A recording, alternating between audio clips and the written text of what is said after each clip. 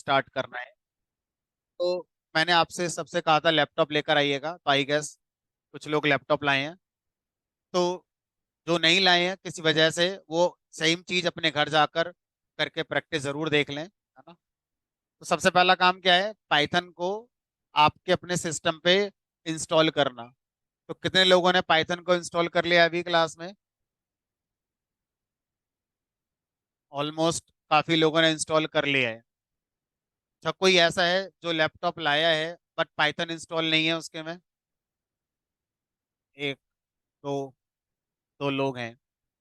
चलिए,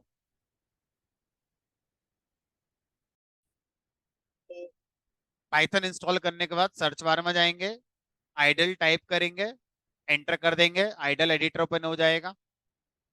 अब हम क्या कर सकते हैं, यहाँ पर अपना कोड बना सकते हैं।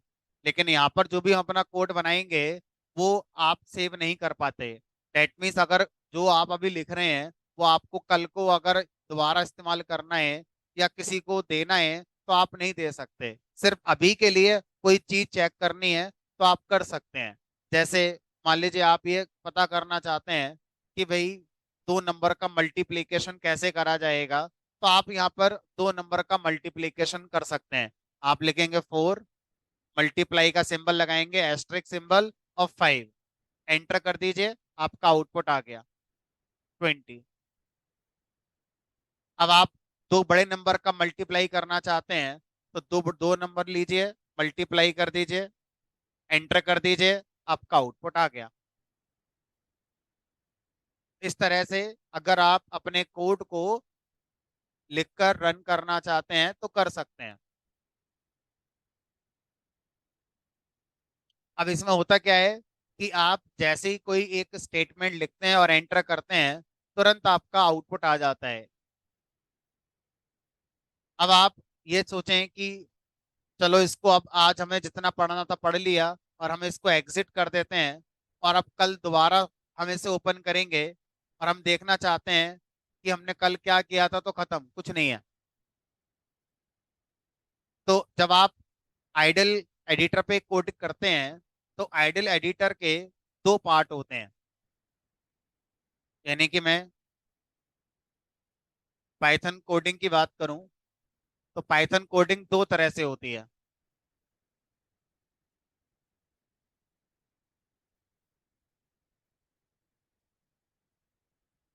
पहला, इंटरेक्टिव,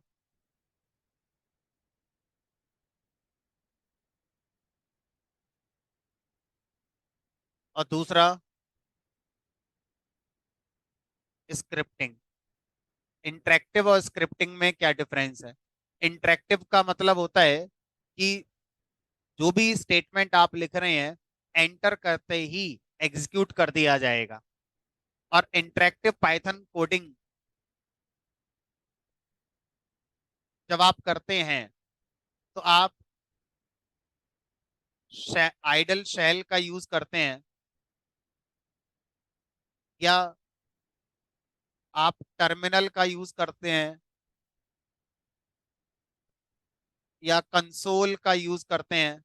तो इस तरह के टर्म्स हैं जिनका यूज करते हैं इंटरेक्टिव कोडिंग करने के लिए।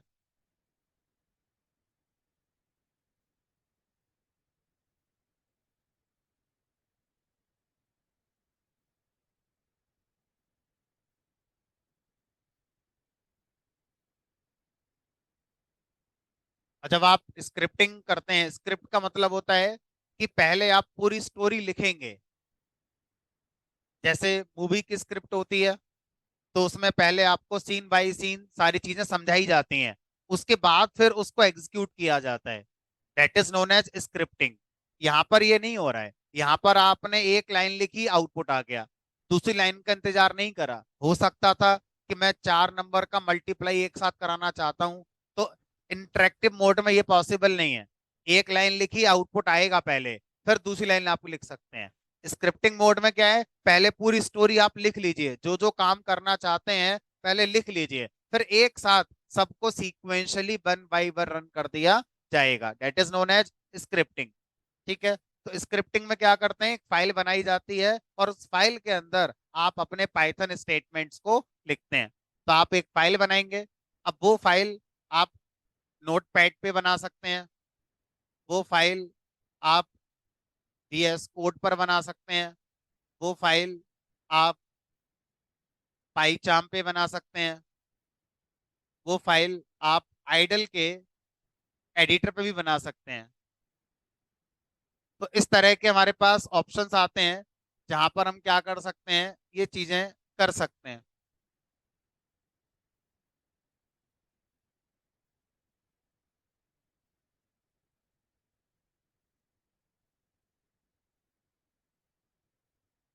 तो अगर आप पाइथन की स्क्रिप्टिंग करना चाहते हैं तो आपको इनमें से कोई एक चाहिए होगा, या तो नोटपैड या VS कोड एडिटर चाहिए या पाईचार्म एडिटर चाहिए, आइडल एडिटर, स्पाइडर, जुपिटर, इस तरह से और बहुत सारे आते हैं। कोई सा भी आप यूज कर सकते हैं।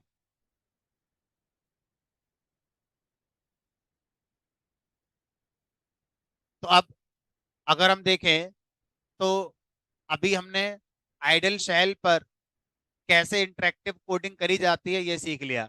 आइडल ओपन करा, जैसे ही आइडल आप ओपन करते हैं, बाय डिफॉल्ट अगर आप देखें तो आपका आइडल शेल ही ओपन होता है। Idle shell. तो यहाँ पर आप इंटरेक्टिव कोडिंग कर सकते हैं। इंटरेक्टिव कोडिंग की एक पहचान और है, आपको 3 एरो दिखाई देंगे। तो अगर कहीं भी पाइथन का एनवायरनमेंट चल रहा है और वहां पर आपको 3 एरोज नजर आ जाएं, तो आप समझ जाएंगे कि ये इंटरेक्टिव कोडिंग है। और यहाँ पर आप जो भी लिखेंगे, लिखते ही एंटर करते आउटपुट आपका आ जाएगा। यहाँ पर स्क्रिप्ट लिखना अलाउड नहीं है। एक लाइन लिखेंगे, एंटर करेंगे, तुरंत आउटपुट आ जाएगी। तो ये एक पहचान हो गई इंटरेक्टिव मैनर में कोड करने की। अब और कहाँ कहाँ पर हम इंटरेक्टिव कोडिंग कर सकते हैं पाइथन में, वो देखते हैं। तो अब मैंने क्या करा, मैंने इस आइडल को क्लोज कर दिया, यहां से अभी मैंने इसको क्लोज कर दिया। अभी मैं आपको और ऑप्शन सिखा रहा हूं जहां पर इंटरेक्टिव कोडिंग करी जा सकती है। क्या करेंगे, सर्च बार में जाएंगे और टाइप करेंगे सिंपली पाइथन। जैसे ही आप पाइथन टाइप करेंगे वैसे ही पाइथन का हमारा प्रॉम्प्ट ओपन हो जाएगा। ये आएगा पाइथन 3.11 या 3.10, जो भी आएगा ये ऑप्शन आना शुरू हो जाएगा। पाइथन 3.10 या 11 आपके में जो भी होगा वो आप ओपन करेंगे। मेरे में मैंने कलर सेटिंग चेंज करी हुई है, आपके में ब्लैक एंड व्हाइट आएगा। और फिर से देखो 3 एरो आ गए यहाँ पर हमारे। तो इसे हम पाइथन कंसोल कहते हैं। तो ये हमारा क्या कहलाता है, पाइथन कंसोल। अब यहाँ पे भी आप अपना वही कोड, इंटरेक्टिव कोड जो भी बनाना चाहते थे, जैसे करना चाहते थे, आप कर सकते हैं।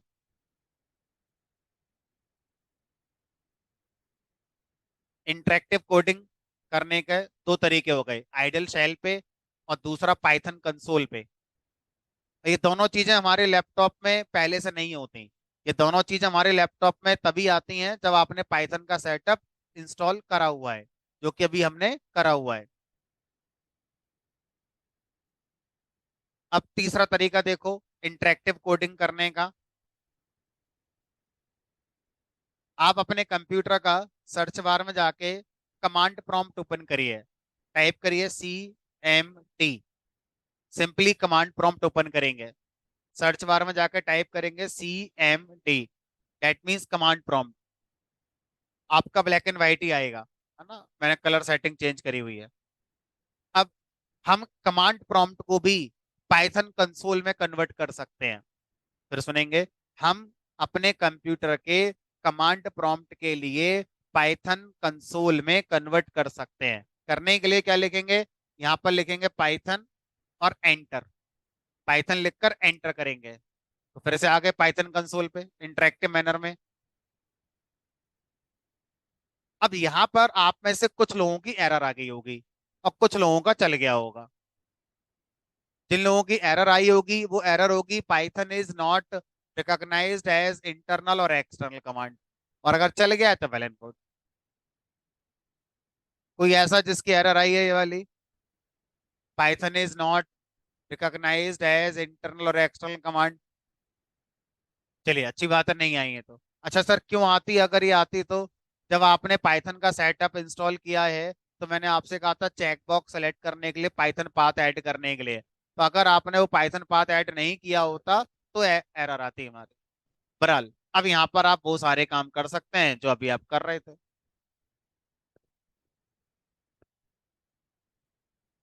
तो पाइथन इंटरेक्टिव कोडिंग करने के मैंने आपको तीन तरीके बता दिए। और भी हो सकते हैं। आइडल शेल पे कर लो, आप पाइथन कंसोल पे कर लो।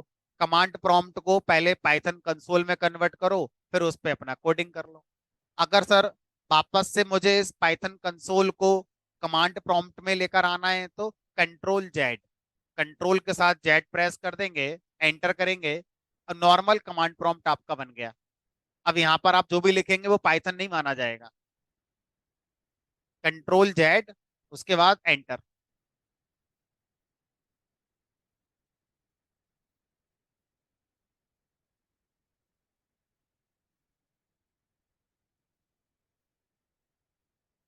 चलिए सर, ये बातें हो गई इंटरेक्टिव कोडिंग की। अब सोच कर देखिए, हमने किसी क्लाइंट के लिए कोई सॉफ्टवेयर बनाया, तो वो सॉफ्टवेयर बनाने के बाद मुझे उसे देना होगा ना।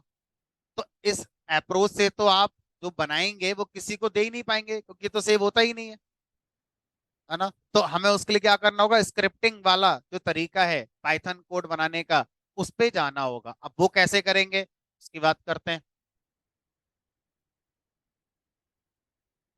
वापस से आइडल को ओपन करेंगे, क्योंकि आइडल में स्क्रिप्टिंग करने का भी ऑप्शन आता है हमारा। कैसे करेंगे?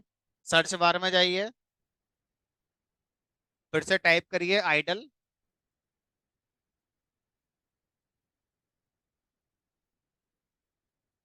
एंटर करेंगे।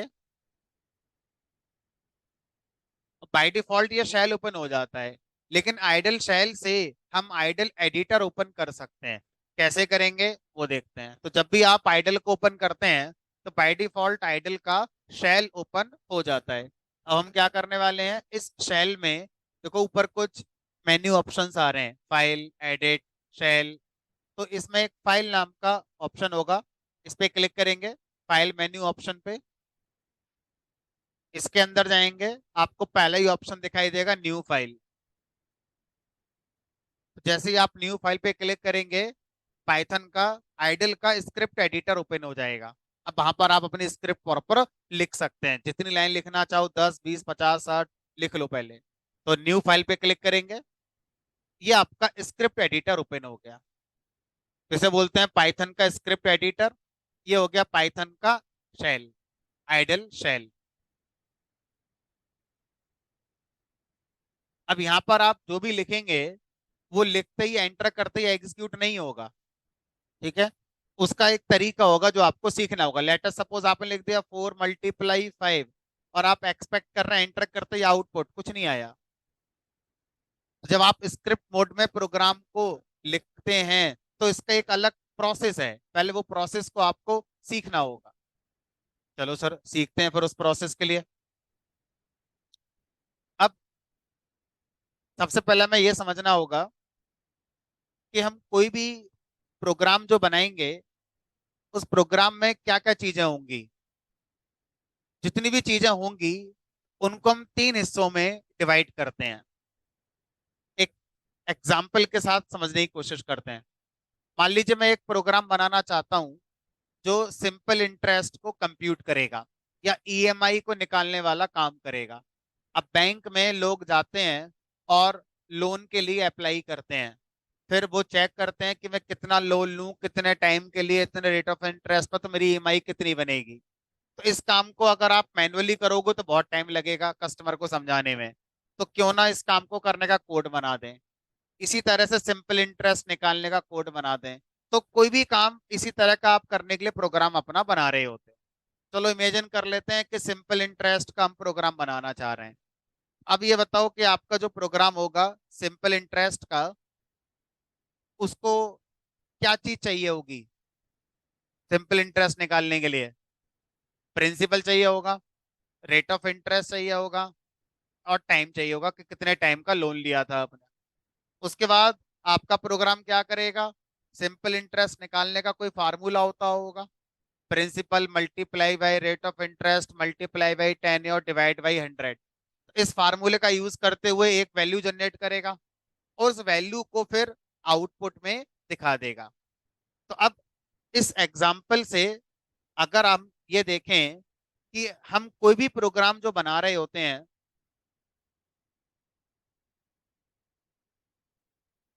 या कोई भी स्क्रिप्ट जो हम लिख रहे होते हैं, उस स्क्रिप्ट में तीन बातें होती हैं। पहली बात होती है उसमें कुछ इनपुट आएगा, सिंपल इंटरेस्ट आ गया, प्रिंसिपल आ गया, रेट ऑफ इंटरेस्ट आ गया। अगर मैं अमाउंट ट्रांसफर करने का प्रोग्राम बना रहा हूं तो किसके अकाउंट से करना है, किस अकाउंट में करना है, कितना अमाउंट करना है, ओटीपी क्या, ये सब इनपुट आएगा। उसके बाद हम अपना लॉजिक लगाएंगे, जिस काम को करने के लिए इनपुट मांगा है हम उस काम को करने का लॉजिक लगाएंगे। लॉजिक लगाने के बाद जो भी रिजल्ट जनरेट हुआ होगा उसको हम क्या करेंगे, आउटपुट में दिखा देंगे कि transaction done, money transfer successfully, या your simple interest will be this something something, ऐसे करके आपका होगा। ये आपने आउटपुट अपना दिखा दिया। तो अब आप कोई सा प्रोग्राम बना लें, किसी भी प्रोग्राम को इन्हीं तीन हिस्सों में डिवाइड करा जा सकता है, क्योंकि प्रोग्राम जब आप बनाएंगे तो किसी लॉजिक के लिए बनाएंगे, किसी पर्पस के लिए बना रहे होगे, वो पर्पस कोई लॉजिक होगा। अब उसमें इनपुट की जरूरत पड़ेगी, आउटपुट की जरूरत पड़ेगी। तो अब हम जो भी प्रोग्राम बनाएंगे उसमें तीन ही चीज सीखेंगे।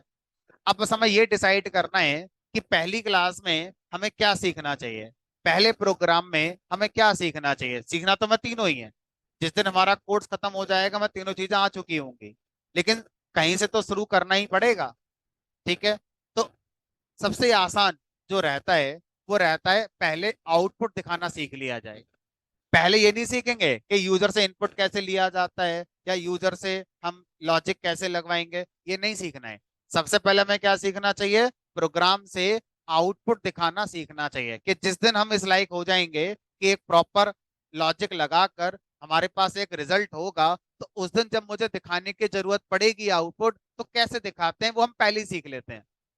ठीक है, चलो तो सबसे पहला काम जो हम सीखने जा रहे हैं पाइथन में वो है कैसे आउटपुट को दिखाया जाता है, ये हम सीखने जा रहे हैं। ठीक है, अब आउटपुट को स्क्रिप्टिंग मोड में कैसे दिखाते हैं, उसके लिए पाइथन की लाइब्रेरी से हमें कुछ चीजें चाहिए होंगी।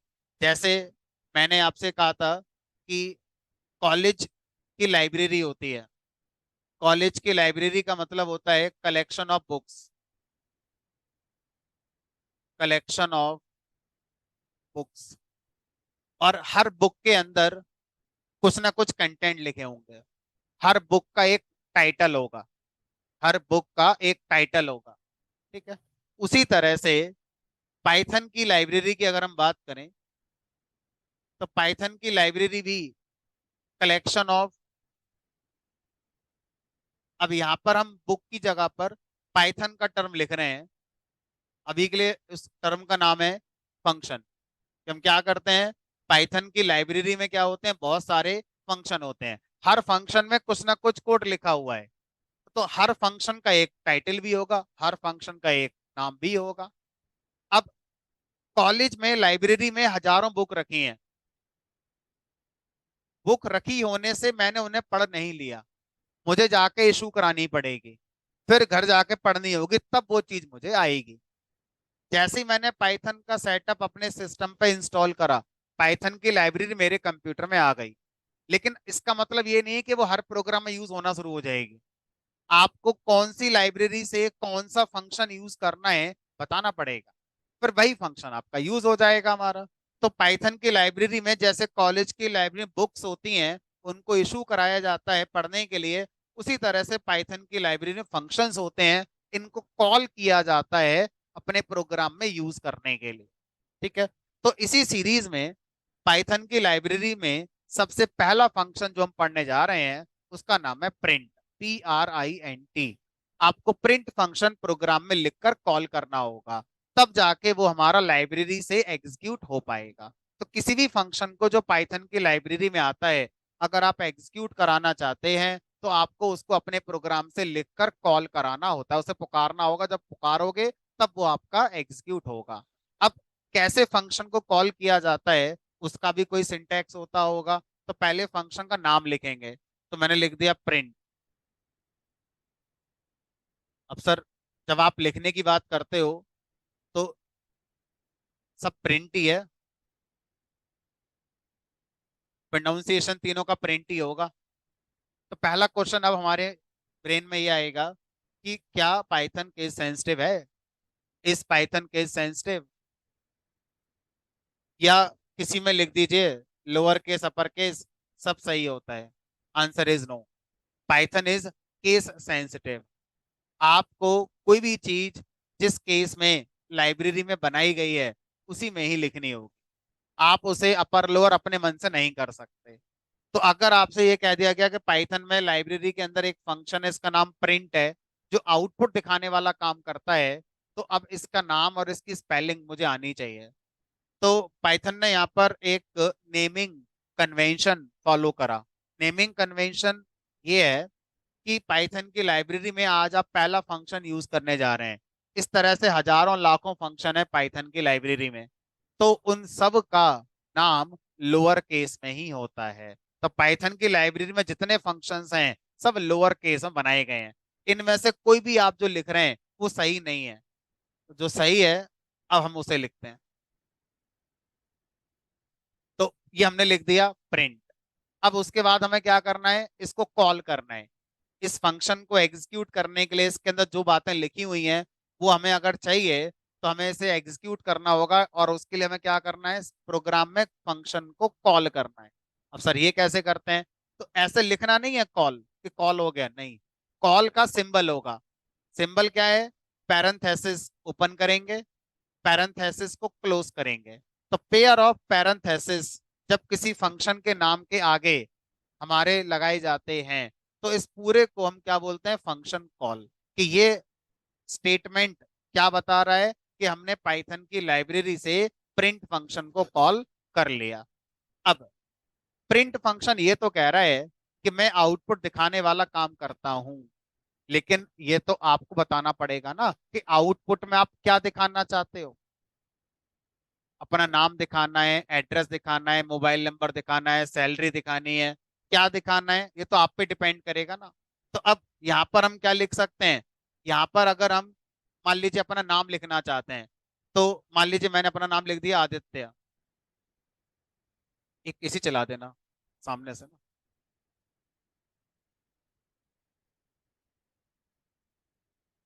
सेकंड नंबर जो डाउन एमसीबी वाली ऊपर कर दो बस।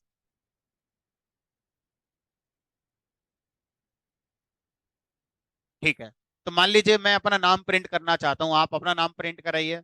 तो किसी भी चीज को लिखने का पाइथन में क्या होगा, सिंटैक्स होगा। ठीक है, सिंटैक्स का मतलब क्या होता है? जैसे अगर आपको इंग्लिश लैंग्वेज पढ़ाई जा रही होती, फॉर एग्जाम्पल आपको इंग्लिश लैंग्वेज पढ़ाई जा रही होती, और आपसे लिखा जाए कि भाई भय एक अच्छा लड़का है, तो आपने लिखा he is a good boy.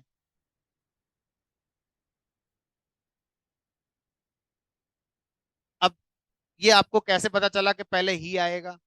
पहले आपने गुड क्यों नहीं लगाया? फिर ही लगा देते, फिर ए लगा देते, फिर बॉय, फिर इज। क्योंकि आपको ये पता है कि इंग्लिश लैंग्वेज की ग्रामर होती है, और उस ग्रामर के अकॉर्डिंग हमें अपने सेंटेंस को बनाना होता है। तो अब हम दो शब्द यूज कर रहे हैं इंग्लिश लैंग्वेज के लिए। एक शब्द है ग्रामर होती है इंग्लिश की, और दूसरा इंग्लिश में सेंटेंस होता है। अब हम इंग्लिश लैंग्वेज तो नहीं पढ़ रहे, हम पाइथन लैंग्वेज पढ़ रहे हैं। पाइथन लैंग्वेज भी एक भाषा ही है, इंग्लिश एक भाषा है, ऐसे पाइथन भी एक भाषा है।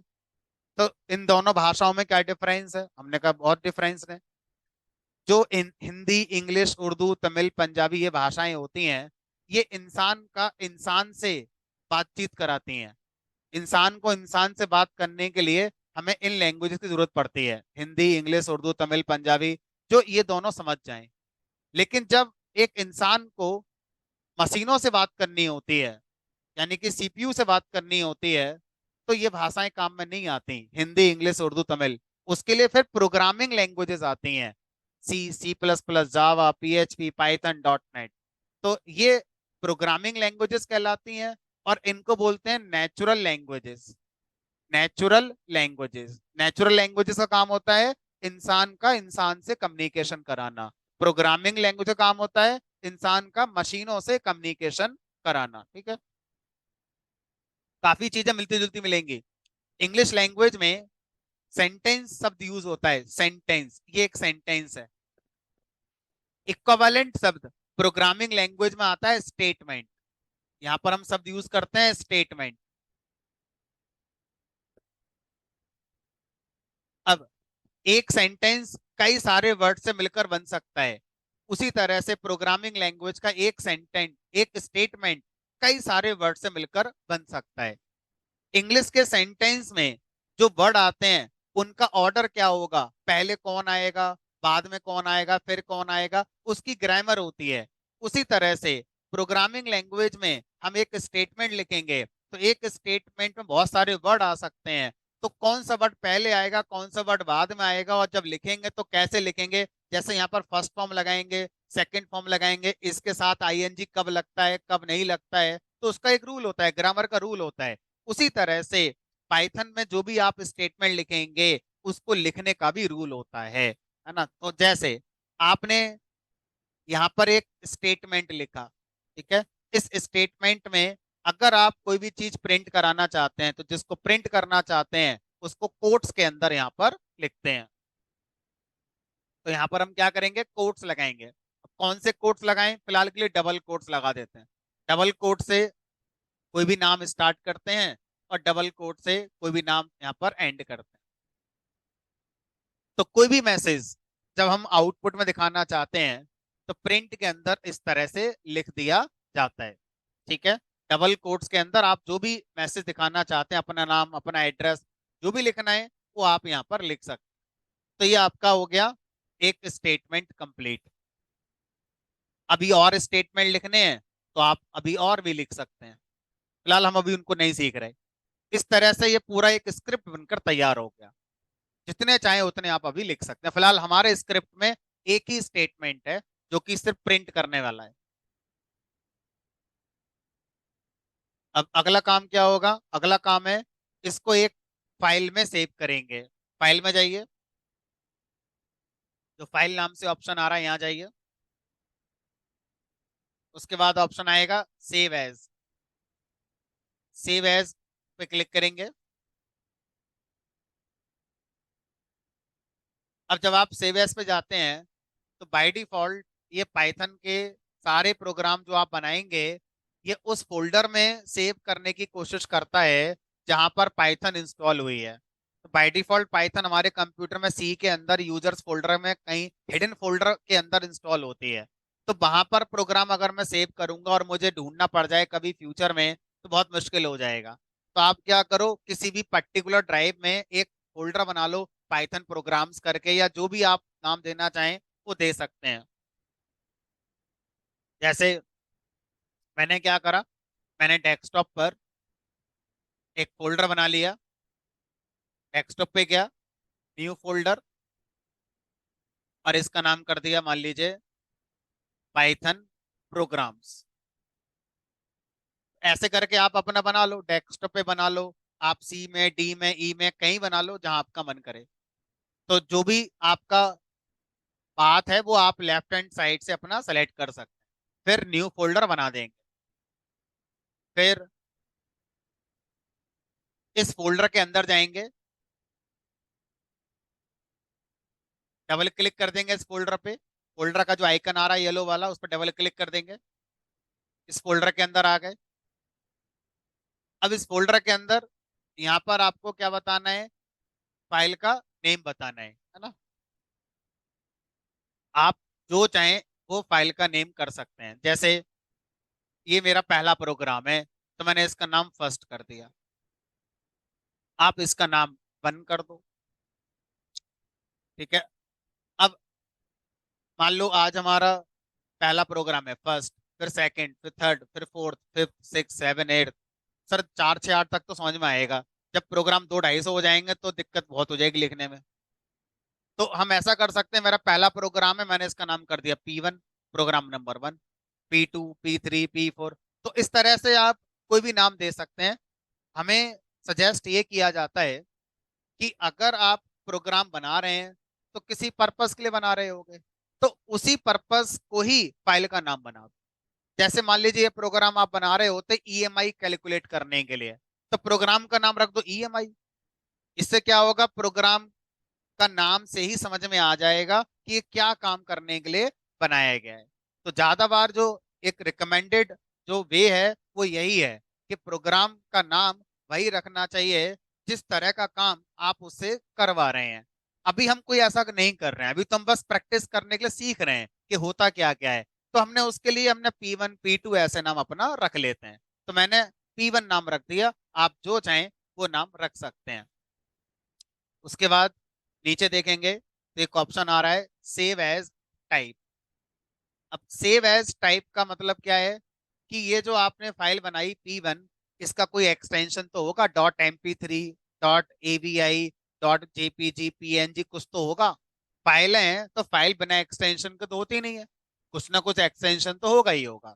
तो वो फाइल जिसमें पाइथन की स्क्रिप्ट सेव होती है, उस फाइल का एक्सटेंशन .py होता है। अब आइडल एडिटर ये कह रहा है कि मुझे ये बात पता है कि आप पाइथन का प्रोग्राम ही बना रहे हो और आप सिर्फ फाइल का नाम बता दो P1, ऑटोमेटिकली मैं इसका एक्सटेंशन .py कर दूंगा, आपको एक्सटेंशन लगाने की जरूरत नहीं है। क्यों? क्योंकि नीचे देखो सेव एज टाइप में क्या लिखा है, पाइथन फाइल। ठीक है, सेव पे क्लिक करेंगे। अब आप देखो, आपने जो भी पाथ पर अपना फोल्डर बनाया होगा, जैसे मैंने डेस्कटॉप पर बनाया था, तो डेस्कटॉप पर ये मेरा फोल्डर बन गया और इसके अंदर ये प्रोग्राम आके सेव हो गया जिसके अंदर पाइथन स्क्रिप्ट हमारी लिखी हुई है। ठीक है, अब मुझे क्या करना है, मुझे इस प्रोग्राम को रन करना है। तो कैसे रन करेंगे, जो आपका स्क्रिप्ट एडिटर है, इस स्क्रिप्ट एडिटर में देखो रन नाम से एक मेन्यू ऑप्शन आ रहा होगा। स्क्रिप्ट एडिटर में रन नाम से एक मेन्यू ऑप्शन आ रहा है, इसके अंदर रन मॉड्यूल करके एक और ऑप्शन आ रहा होगा, और उसके राइट में उसका शॉर्टकट की लिखा है F5। फिलहाल हम रन मॉड्यूल पे क्लिक कर देंगे, और जैसे ही मैंने रन मॉड्यूल पे क्लिक करा, वैसे ही आपके प्रोग्राम से जो आउटपुट था वो आ गया। अब आउटपुट कहाँ आया है, आइडल शेल पर। ध्यान रखेंगे, जब आप अपने प्रोग्राम को आइडल से रन कराते हैं, स्क्रिप्ट एडिटर से भी रन कराते हैं, तो आउटपुट आपका आइडल शेल पे ही आएगा। स्क्रिप्ट एडिटर पे आउटपुट नहीं आता, आइडल शेल पे आपका आउटपुट आएगा।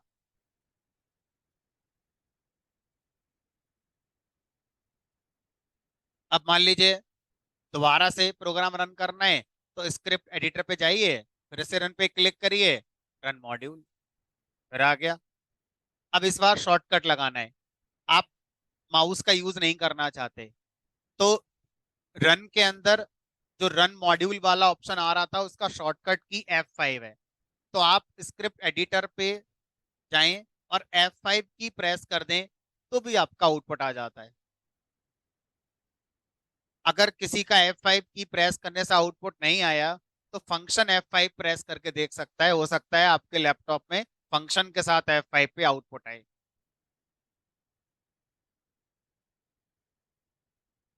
अब आप ये चाहते हैं कि सर जो आइडल शेल है, जिसपे अब तक हमने प्रोग्राम को 3 बार रन कराया है, तो ये हमारा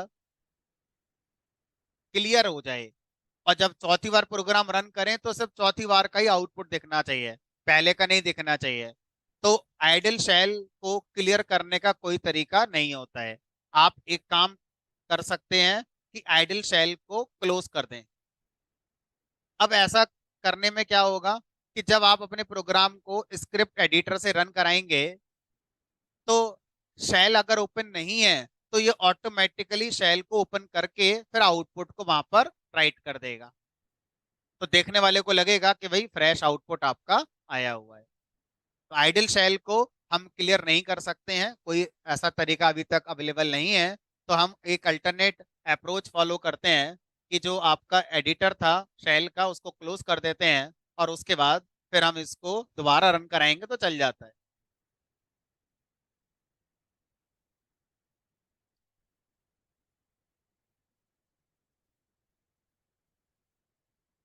अब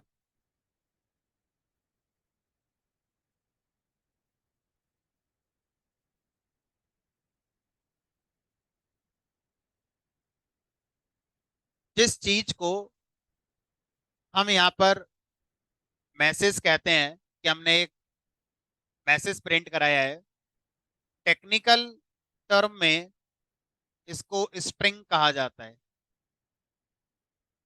तो अगर हम व्हाट्सअप पाइथन के साथ इमेजिन करें, तो मैंने व्हाट्सएप पे किसी को भेजा हेलो, तो हमें लगेगा मैसेज चला गया, उसे लगेगा मैसेज आ गया। टेक्निकली हम बोलेंगे स्ट्रिंग सेंड कर दी हमने, वो बोलेगा हमने स्ट्रिंग को रिसीव कर लिया।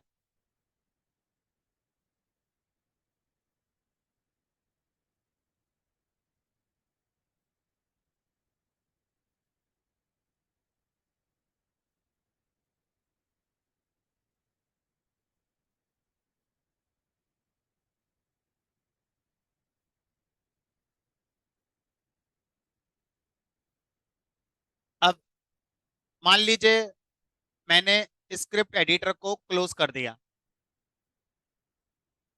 ठीक है, सिस्टम शट डाउन कर दिया, सब काम कर दिया, अब कल हो गई।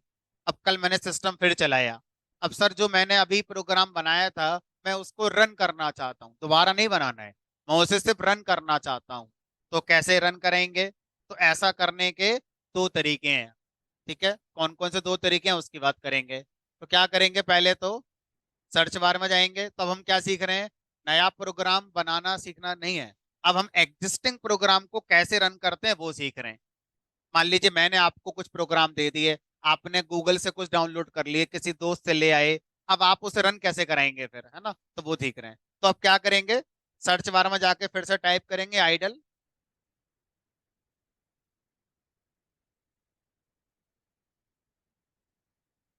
फाइल में जाएंगे, फाइल जो मेन्यू ऑप्शन आ रहा है वहां जाएंगे, फिर ओपन, इस बार न्यू फाइल पे नहीं जाएंगे। न्यू फाइल पे तब जाते हैं जब एक नया पाइथन का प्रोग्राम बनाना हो, एग्जिस्टिंग पाइथन प्रोग्राम को रन करना हो तो ओपन वाले ऑप्शन पे क्लिक करेंगे। ओपन पे क्लिक करा, फिर आप इसे बताइए वो पाथ जहां पर आपने वो फाइल पाइथन की भी बनाकर सेव करी थी। तो मैंने अपने कंप्यूटर पे डेस्कटॉप पर पाइथन प्रोग्राम्स फोल्डर के अंदर ये फाइल मैंने बनाई थी, इसको सेलेक्ट कर लीजिए। सेलेक्ट करना है इसको, सेलेक्ट हो गई, उसके बाद ओपन, ओपन हो गया। अब इसको आप रन कर दीजिए। तो इस तरह से एग्जिस्टिंग पाइथन फाइल जो आपके पास है या कहीं से भी आप लाए हैं, पेन ड्राइव से, व्हाट्सएप से, या डाउनलोड करी है आपने, तो जहां भी वो रखी हुई है आप इस तरह से आइडल पे ओपन करके फिर आप उसे रन कर सकते हैं। एक दूसरा तरीका, पाइथन प्रोग्राम जो पहले से बना हुआ है उसको रन करने का दूसरा तरीका डिपेंड करेगा, आपका विंडो 10 है, विंडो 11 है, तो इस पर मैटर कर जाएगा, इसलिए वो मैंने पहले नहीं सिखाया। ये वाला तरीका लगभग सब पे ही काम कर रहा है। अब देखो दूसरा भी सीख लेते हैं। तो उस फोल्डर पे मैन्युअली जाइए जहां पर आपने पाइथन का फाइल सेव करा हुआ है, तो हम मैन्युअली पहले उस फोल्डर के अंदर आ गए,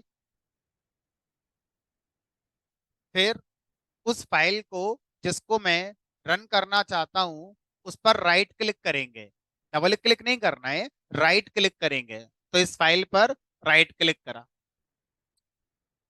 अब देखो मेरा विंडो 10 है, आपका अगर विंडो 11 हुआ तो यहाँ से डिफरेंस आना शुरू हो जाएगा।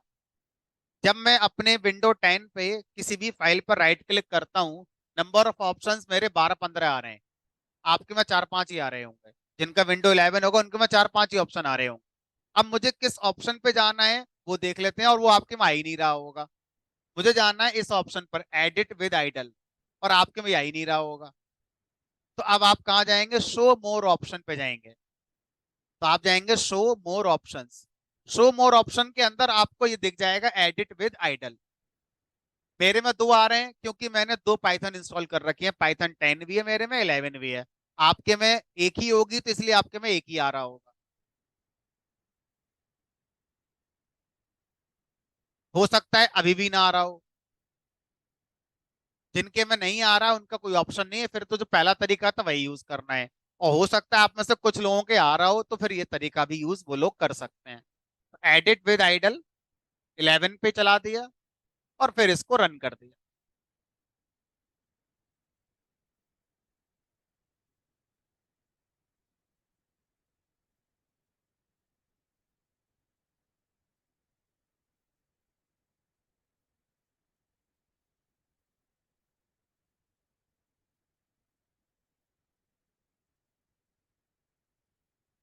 चलिए, यहां तक हमने प्रोसेस को सीख लिया कि अगर हम पाइथन का प्रोग्राम स्क्रिप्ट बनाकर रन करना चाहते हैं तो थोड़ी मेहनत करनी पड़ती है। इंटरेक्टिव में तो कुछ नहीं करना है, ओपन करा, लिख दिया, एंटर कर दिया, खत्म खेल। लेकिन फिर मेरे किसी काम का ही नहीं है। तो इंटरेक्टिव कोड तब सही है जब किसी पर्टिकुलर स्टेटमेंट को चेक करना है, किसी को देना नहीं है, दोबारा कभी यूज करना नहीं है ना। जैसे किसी ने मुझसे कह दिया कि पाइथन में नंबरों की रेंज नहीं होती। अब इस बात को मुझे चेक करना है, इंटरेक्टिव कोडिंग करके चेक कर लो। इस बात को करके क्योंकि प्रोग्राम थोड़ी बनाना है मुझे, बस चेक ही तो करना है इस काम के लिए।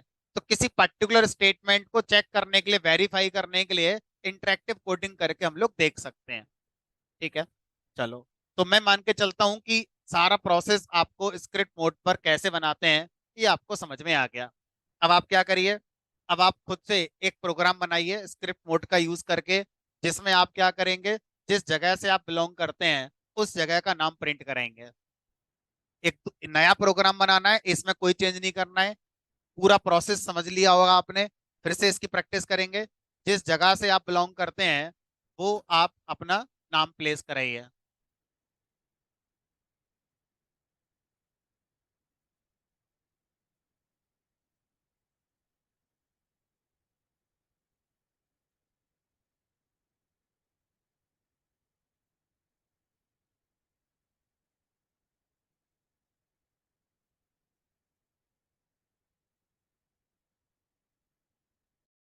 पाइथन की स्ट्रिंग में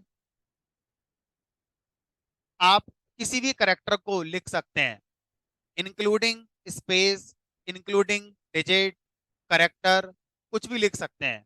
तो मैंने जो दूसरा प्रोग्राम बनाने के लिए कहा था, मैंने कहा था प्रिंट करेंगे एड्रेस।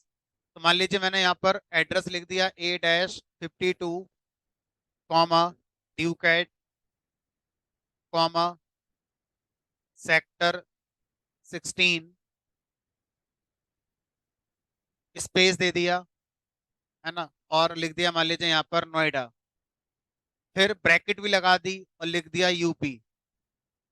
पिन कोड वगैरह लिखना है तो वो भी लिख दिया, 201 301, कुछ भी लिख दो, मतलब काइंड ऑफ। अब इसको आप अपना सेव कराइए, जहां भी आपने प्रोग्राम अभी फोल्डर बनाया था उसी फोल्डर में ही आप सेव कर दीजिए। लेटर सपोज मैंने इसका नाम P2 कर दिया। अब इसको रन कराएंगे तो रन हो जाएगा।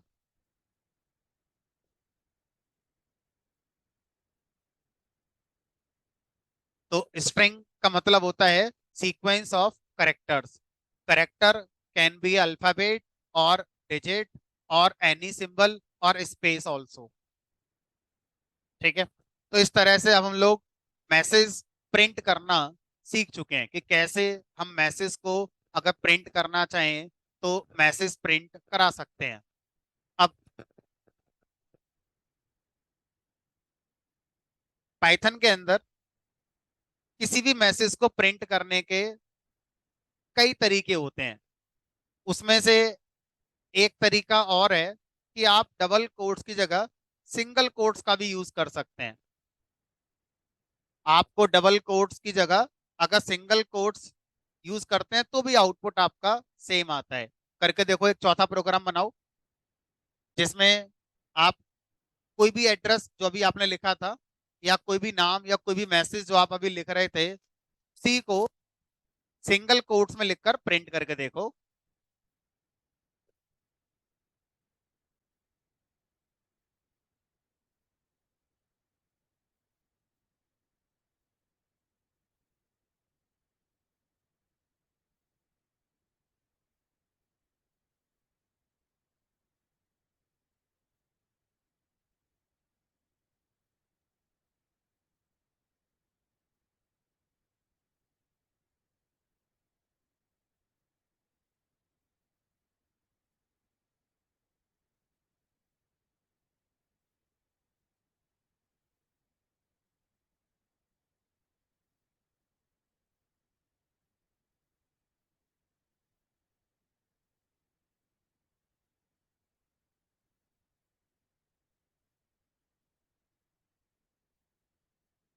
तो जिन लोगों ने करा होगा शायद हो भी गया होगा उनका,